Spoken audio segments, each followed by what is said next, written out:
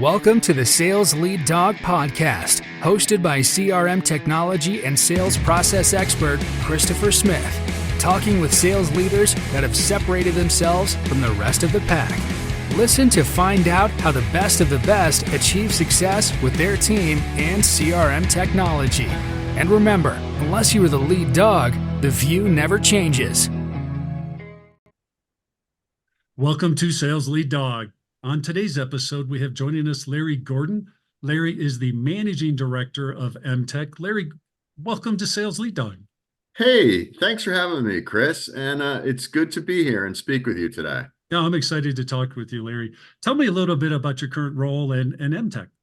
Sure. So Emtec builds digital product. We're software engineers, about 2,000 people worldwide.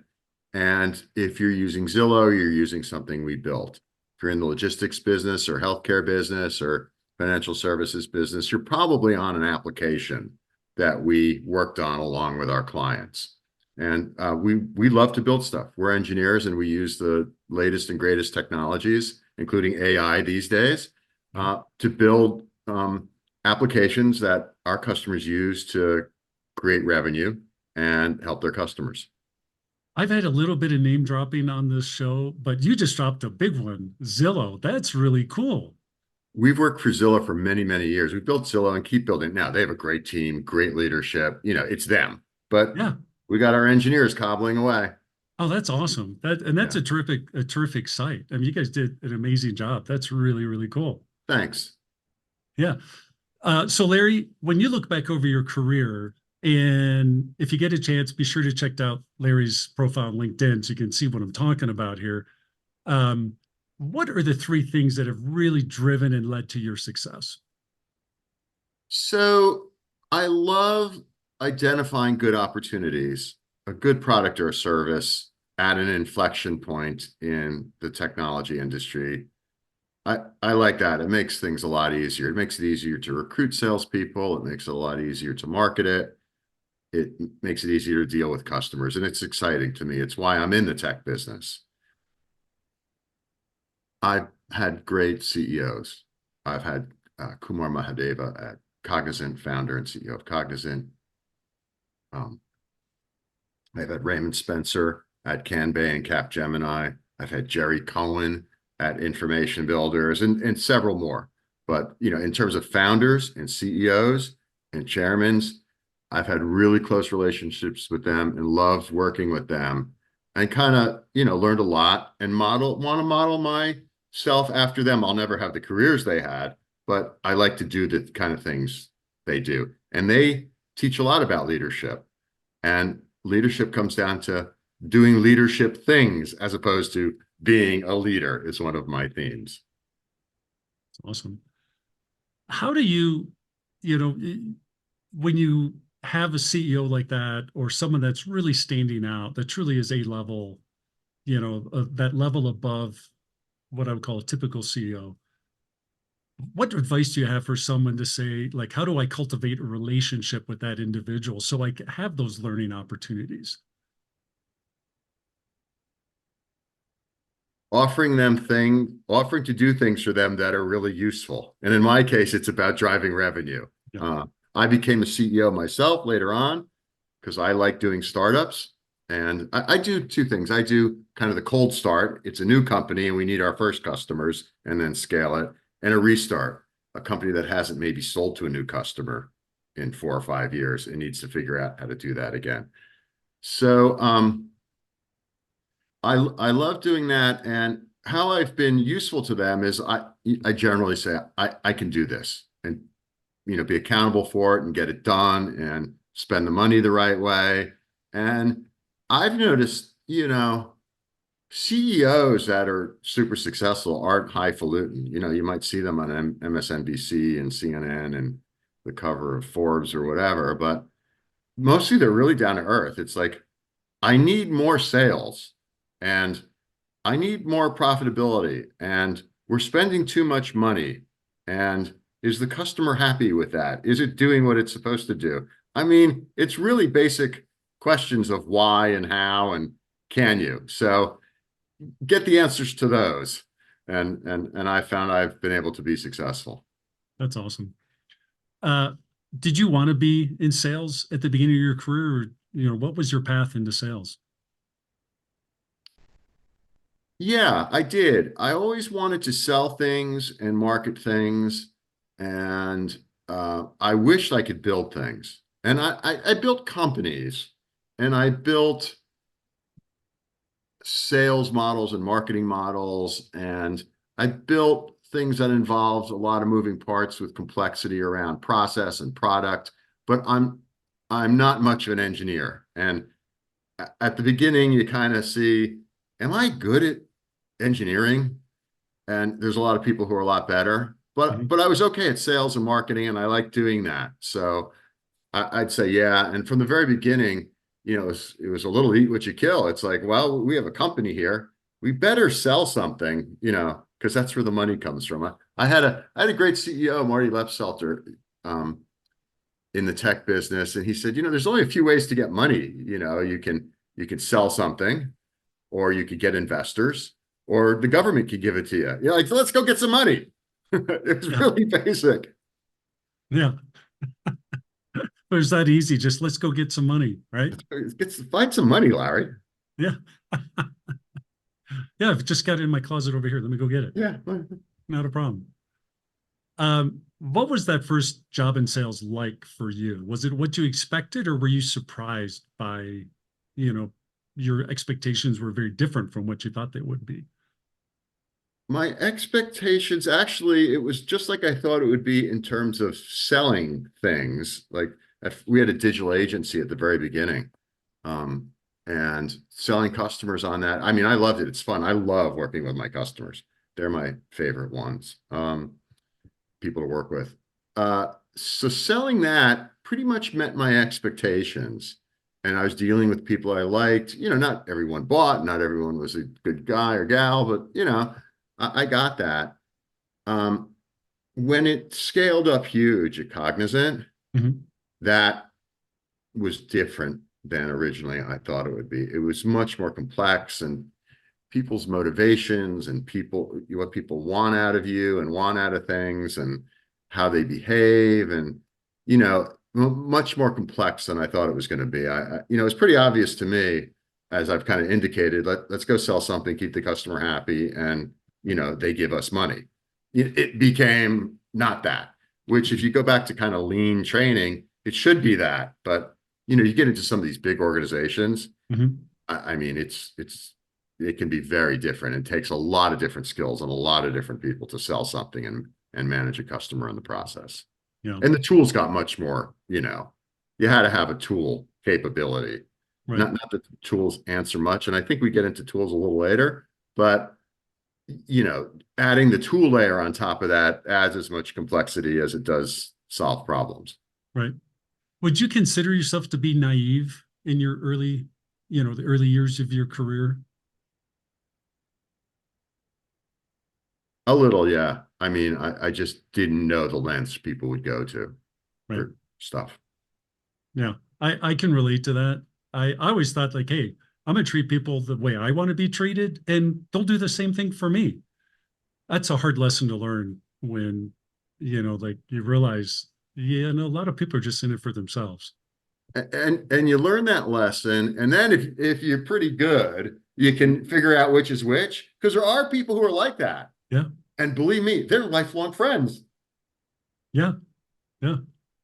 Yeah. That could be a hard lesson. Yeah. But if you find those people that truly that have shared values like you, it's a game changer, because now you've got that alignment of values, and I think it just puts the relationship on a different level.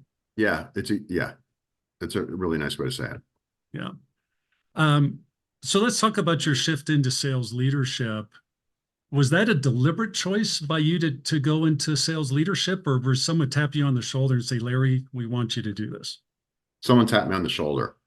What was that like? They said, someone has to train and manage the sales force, because now we got a lot of sales guys and it's getting too big too fast. You go do this part. And so I did, and I bought a sales management tool, and you trained them, and pipeline calls, and I always was on pipeline calls, and I kind of loved it, the guys reporting in. But Right. when you got to manage them, it's like, oh my God, you deserve every penny you're making. Why did they choose you? I think because I was available, and I was kind of, in the senior leadership cadre, Right. what do we call it nowadays? Level 2, like the one down from the CEO. Right. And, marketing, sales, everybody else is kind of tech and ops Right. or Right. finance. Yeah. So with you functioning as a leader at high level, what are you looking for? What attributes are you looking for, for those people that you want to cultivate into leadership path? It kind of depends. If I'm recruiting out for salespeople, or if I have a group I'm working with, but there's the people at the beginning of their careers, bright, motivated. I really like forthright and, kind of straight up and pretty honest. I mean, I've had salespeople do crazy stuff, like disappear for weeks with the company credit card, and, it was drugs. That's Oh weird. man. Or, guys, they're really just playing golf, or, whatever it is, right? Yeah. Or they're crooks, they're cheating on their expense reports. Right. So if you take, that part away, so some, a pretty high level of integrity. And then you got to know our business, or be really bright and want to learn. Because I'm in IT services, Yeah. and every business is the same in some ways and different. We're very relationship driven, very long term. Deals take a long time. Customers count on us. Sometimes their careers are at stake, or getting further in their career, their jobs. It's not transactional, but you got to get the right price, and you got to deliver on a consistent basis. Yeah. So a lot about consistency, understanding the quirks of our business, because it makes it a lot easier. Bright and hardworking are good, but it's not about outworking everybody else. You have to be smart and knowledgeable, and, getting the customer what they need. It's good to work hard, but you're not going to get to where you need to go if you don't have the rest and you just work hard. Right. As a leader, you have to have accountability, but you also have to hold people accountable. How do you, help people through that transition, going from being, that person that the only thing they're accountable for is their quota, to now they have to be, accountable for a team and the results of that team? We have to look at, we have to not get too distracted by a lot of things, by doing more training or recruiting more salespeople, or are they making presentations the right way, all of which are really important. But don't get too distracted by that as your goals. Instead of, are we engaging with customers, and what are they saying? Yep. And how can I be sure that's what they're saying? Right. And are we making sales? You got to, right? We need the money. Yep. Are we making sales? And if not, why not? Is it what we called it, secular or macro? Is it something bigger than us? Economic trends are one of them. Is it our product? Is it the way we're pitching the product? Is it that we're not working hard enough, or not doing the right things, or selling the right thing? So kind of knowing what our roadblock is. Right. Of course, setting goals and working towards them are all important, but mostly it comes down to having quality meetings with customers and knowing pretty quickly, are they serious, or are they just playing us? Because it's costly to respond to an RFP or a proposal in my business. It's not boilerplate, it's custom. Yeah. Yeah. So when you're building out your team of leaders, do you like to have everyone kind of be similar, or do you try to have a mix of personalities among your team to create some kind of balance? Or what's your strategy around that, how you build your team? Oh, I like similar. I like my type of person, which I don't think is in vogue these days. It's like team, what's that Abraham Lincoln book, team of Team of Rivals. That's a good book. I'm like big into alignment. I'm like, here's where we want to get to. Here's what we need to do. tell me the right story. Let's get, if you have a blocker, Raymond Spencer at Capgemini was big into this. He's like, if you have a problem, raise your hand. We got a lot of really good guys here. We're going to help you solve the problem. I love that. I like collaboration. I like it to be, kind of, there's a pleasurableness to working and making money. Let's go with that as opposed to, not that. So I kind of like to surround myself with those people. Probably not fashionable. Everyone's got their own skills. There's the finance people, the tech people, which makes them different with different points of view. But hopefully there's a lot of common ground where you can get like the CFO's worried about money or the, tech guys worried about bugs or whatever. Right, right. How do you create alignment around the core values of the organization within your team? Have you ever struggled with that? And if so, how'd you handle that?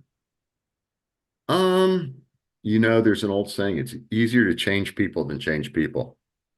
You can accept people for what they do and who they are. And as long as they're, good enough, it's probably okay, but they kind of get capped then. And maybe they're okay with that. Or, if they have these huge ambitions and, you're just going to tear us all apart, it's not going to work. Performance matters, but let's be honest, you give a person a quota. Here's your quota, 100%. If you make 91, we're okay. Really, we're okay. We sold something, we made money, So performance matters, but an A is an A. That's right. That's right. Do you ever leverage failure in terms of how you manage your team? Because we can't win every deal, right? We got to fix mistakes. Right. We got to fix mistakes. If they're fixable quickly, fix them quickly. Don't keep falling into the same hole.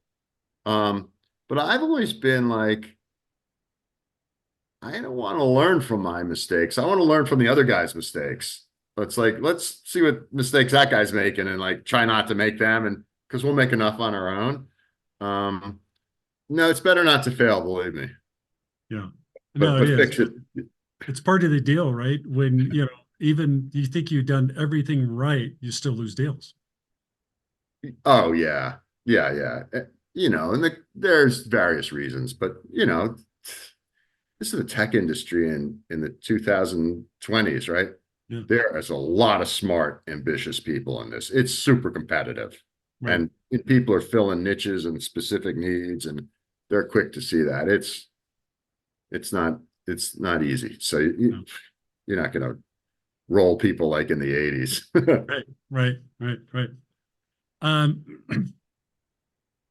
How do you establish goals within your sales team and then hold them accountable towards achieving those goals?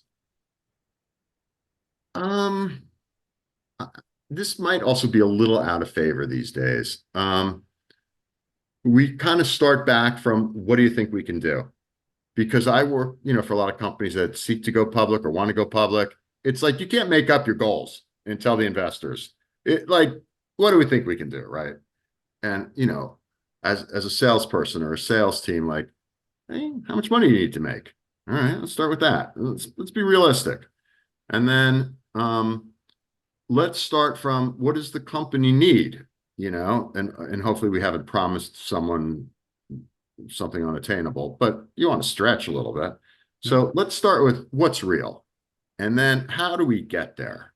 Do we need 3 big deals? Do we need 8 small deals? We used to call them bread and butter deals. It's like 5 small deals, and then boom, you get the one big one, and everyone makes a lot of money that year. Yep. Which is, or you get a customer and it grows over a number of years, and you grow with them, and they're the boss, and they get more than you, but it's great. Yeah. And it's an exciting product. So I usually say, what do you think we could do? What's realistic? Let's maybe see how it goes in the first quarter if we're on track. Because if you get in the whole of the first quarter, it's tough. And right. And then I always view it as these are good people. What are the blockers? What are the roadblocks? Let's get those going. it's not about screaming louder. I mean, Right. if you're looking for a scream loud guy, it's not me. Right. But it's about, let's put things in place, let's build things, let's shape things a different way, and let's help you. Now, it could be spending more money on marketing. It could be doing marketing differently. It could be doing marketing better. What's working in marketing, what's not. Because you get leads in, that's good. And I love a lot of the sales processes and the tools. And it's like, it all starts with, oh, you have a customer or you have a prospect. It's like, that's the easy part. Like I said, I'm a cold start guy. It's like, let's find someone who wants to be a customer, is willing to talk to us. Right. It's not easy. But you can do things if you're running the business the right way to go get those. And I focus a lot on that. I focus, everyone focuses on the funnel and what the metrics look like and what's converting. And it's good if you have a funnel, and don't waste your time kind of building a bad funnel. But managing the funnel is after getting people who want to spend money with you. Let's Right. start with that. Yeah, so let's dive into that a little bit from a marketing perspective, because I think that's a lot of sales leaders I talk to also have responsibility over the marketing teams. Yeah. I'm seeing that more and more, that unification between sales and marketing. In your roles that you've had, what advice do you have, or what lessons have you learned to better align and truly unify marketing and sales, so they're not just throwing stuff over the wall, the fingers aren't going back and forth? Right. How do you approach that? I think, let me start with the solution to that. Mhm. One is, you have to get your customers working for you. That means customer testimonials, customers naming their name, being upfront, saying, I'm so-and-so at such and such a corporation. This is how these guys help me. This is the problem they solve for me. And they do good work for me, and I trust them. So get your customers helping you. If you can't get your customers helping you, now you got a really long road to hoe. So there is a tendency with marketing organizations to do what works. It sounds pretty smart. It works, I'll do it. Except one key part of marketing is doing things differently. Like, I think there's even a company who used that in their marketing. Do things differently, think a little bit differently about it, and different things come back in vogue at different times. So you could go to something that's been done before, but bring it back in vogue. So do some different things, try some different things, keep doing your bread and butter and what you're supposed to be doing. But try something new, feel compelled to do something new, because it's advertising, right? If you see the same old ad, right? Those guys figured it out pretty early. Yeah. Do that. Think about what it is you're actually doing. So in my business, very relationship intensive, long-term deals, long-term relationships. What you want to do is speed up the process of getting to know one another. What are your needs? What is it that I'm selling? Do you trust me? Here's why you can trust me. You want to speed that up. You don't want to cut that out and say, here's an email, buy my stuff. You want to say, here's why I'm worthwhile. I'm doing content, and I'm doing events, and I'm building a community of like-minded people who you can tap into. And if you can start doing that, I think about it as accelerating, and these are kind of high value, complex sales relationships, accelerating the intimacy of that business relationship, as opposed to, getting more and doing it faster. People buy, because they want what you're selling, and they trust you to deliver it, and have them come to that belief a little quicker. So marketing organizations should do things like that. In my business, Gartner and Forrester help a lot that way. They're third parties. Other customers having still the press and podcasts and bloggers talk about what you do, reviewing what you're doing. If you're public, Wall Street helps a lot. So, and face to face, don't think that people don't still value that, you know. Yeah. You know, if I could come to your studio, great. We can, we get it, Right. but Yeah, no, that's the thing that I've had clients recently say, like, you know, you're the first partner that's actually come visit us. You know, that like everybody's shifting to purely digital engagement, you know, over Zoom or Teams, whatever. There's value in sitting in a room across the table from someone where you can get out the markers and start, you know, conceptualizing on a whiteboard. Um, like you're saying, go back to the way it used to be, to stand out. yeah, it's stand out. And, you know, there's plenty of big time tech executives who are facilitating the digital transformation of communications. Yeah. When they have a problem with you, get to my office. We're going to talk.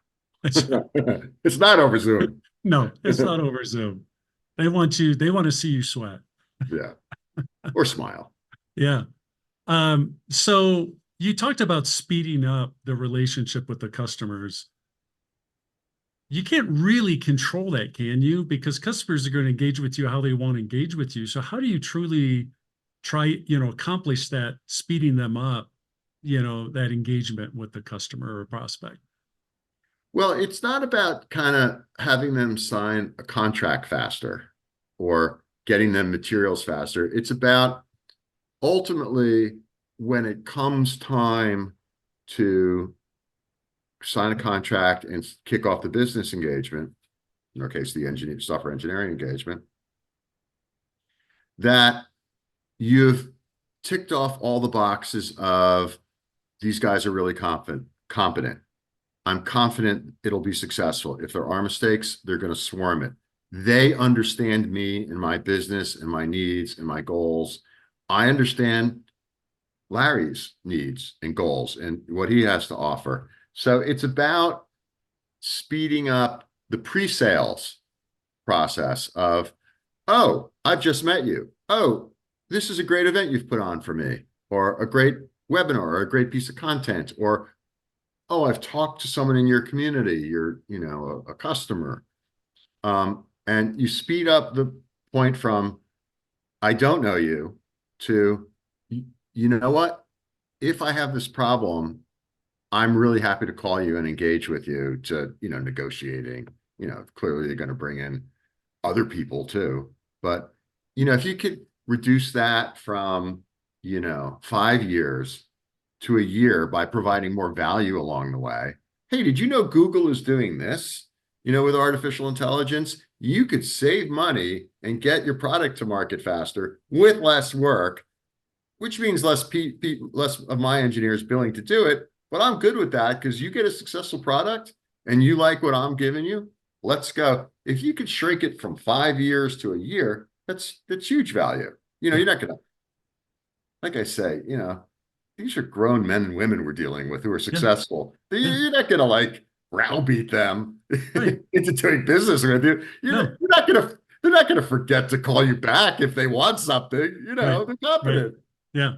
Now I love it when I get the emails like, hey, just moving this to the top of your inbox.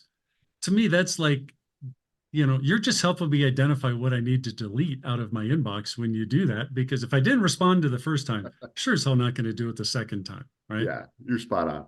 Yeah. No, I love that. Um, let's shift the conversation a little bit to CRM. Do you love it or do you hate it? Oh, I gotta punt a little bit and say it's mixed, but I'll be very specific, Yeah, go right? ahead. Um, so I hate the part about I'm working for the tool's not working for me, Amen. right? Yeah, that's a 1,000 pound anchor you're dragging behind you trying to do your job. It's just slowing you down. And this is how the CRM says we should handle leads and opportunities and, you know, moving it along and, you know, in some made up vernacular, right? Mhm. And maybe a backwards way of the process I want to do it. So if I feel I'm working for the tool, I know I got to put some work into it. But if I'm working for the tool's not working for me, that's really bad. Now, is it better than kind of the old days of where we'd go over accounts on a spreadsheet and put in the values and everyone had to? Definitely. Is it great to have all the information there in one place? Mostly it's the key information, right? What set of engineering skills are we selling them, and what are we building, and what are the deadlines? There's something interesting about, I put the proposal into a CRM, and the lawyers then look at it. But you know what? It's also easy to talk to the lawyer on the phone and say, "Did you look at it?" But okay. Uh, Getting your reality check pipeline information off of a jockey who's juggling data in I don't trust it for a second. I talk to the sales guys. What's really happening? And some probing questions. So, I hate it if you're going to actually make real insights and decisions on it. Right. But it is fairly good at keeping track of things. They can be very expensive for what they're providing. Don't fall in love with having a tool stack there for you've completed the people, process, technology, culture part of what we're supposed to do. I've bought CRMs 5 times, I think. Mm-hmm. And, sometimes it's a top-down decision. It's like, come on, I know what you're doing this. Sometimes it's like, we need to be a little more organized, and this is pretty good.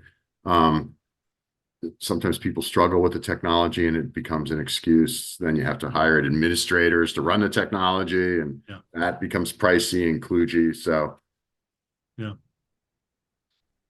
So it sounds like more negatives than positives there, Larry. well, yeah, I was letting you do the counting.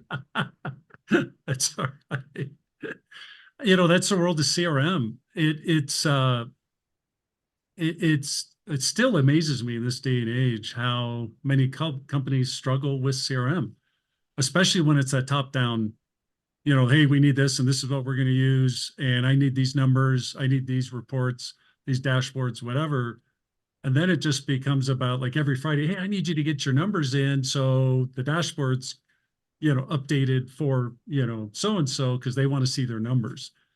But how is that enabling the frontline salespeople? To me, if you're doing it right, it's like their virtual assistant. It's helping them be more efficient, to talk to more people, which, to be in front of more people, because that's ultimately how you're going to drive more revenue, right? Right. It's like it should be and be able to taking work off my communicate with them plate. pretty easy. Yeah. Yeah. And, in my business, you do a deal a month. I don't, that's a lot. I mean, 6 deals a year is like, we're really happy. Yeah. I get it if you have 10,000 deals you're doing, it's a lot different business. Yeah. Well, team selling too. I think CRM is really important when you're selling big deals with long sales cycles. CRM can be a real help there. But again, it's got to be a tool enabling the sales team and truly helping them, not slowing them down. To me, that's the part where you got the tail wagging the dog. And it's like, that's just insanity in my mind. It's like, how are we enabling or helping the business here? We're not. Yeah. Yeah. What advice do you have for someone that they're listening to this and they're going, heck, that's me. Our CRM sucks. It's not aligned with the business. It's really not helping us drive the business forward. What advice do you have for them?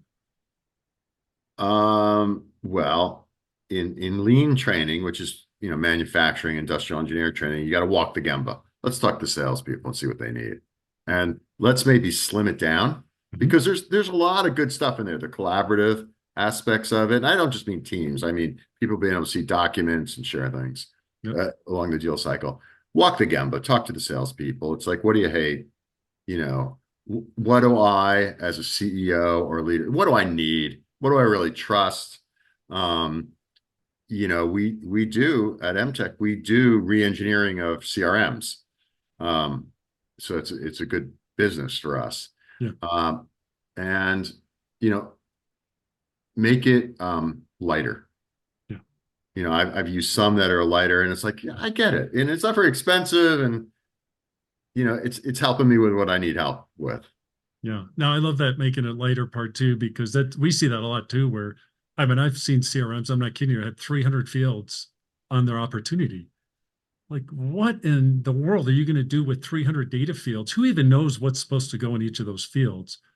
And nothing. The reality is nothing goes in those fields because it's like, who's got the time, right? And so it's like, we're stripping all that away. We're going to keep it focused on what's the most important stuff that's going to help move the deal forward, that's going to enable the sales. Everything else we're getting rid of. It's garbage. We don't need it. And man, how do things change when you do that? It's like, think about like you're climbing a mountain. You don't want to be carrying a 100-pound pack on your back if you're climbing a mountain, right? You want to be nimble. You want to have the most important stuff, like a nice canteen of water, maybe some rain gear, some things like that. But you sure as hell don't want to be carrying a 100-pound pack. Well, that was the revolution in mountaineering, right? Oh, yeah. These guys would do it without oxygen and all alone, or just a couple of them, as opposed to hiring half a village. Yeah, exactly. Larry, we've met our time here on this episode for Sales Lead Dog. I really appreciate you coming on. It's been great listening to you. If people want to reach out and connect with you, they want to learn more about Emtec, what's the best way for them to do that? So you could go to my LinkedIn profile, Larry Gordon. I look just like this. And all my contact info is there. And emtec.com. Yep, good website, EMTEC. Excellent. So if you didn't catch that, don't worry. We've got it in our show notes. You can get that at impellercrm.com/sales lead dog, where you'll get not only this episode, but all our 100+ episodes of Sales Lead Dog. So be sure to check that out, subscribe so you get all our future episodes. Larry, thanks again for coming on, and welcome to the Sales Lead Dog Pack. You betcha, Chris. I'm happy to become a member. Awesome. A pleasure. As we end this discussion on Sales Lead Dog, be sure to subscribe to catch all our episodes. On social media, follow us on LinkedIn, Facebook, and Instagram. Watch the videos on YouTube, and you can also find our episodes on our website at impellercrm.com/Sales Lead Dog. Sales Lead Dog is supported by Impeller CRM, delivering objectively better CRM for business, guaranteed.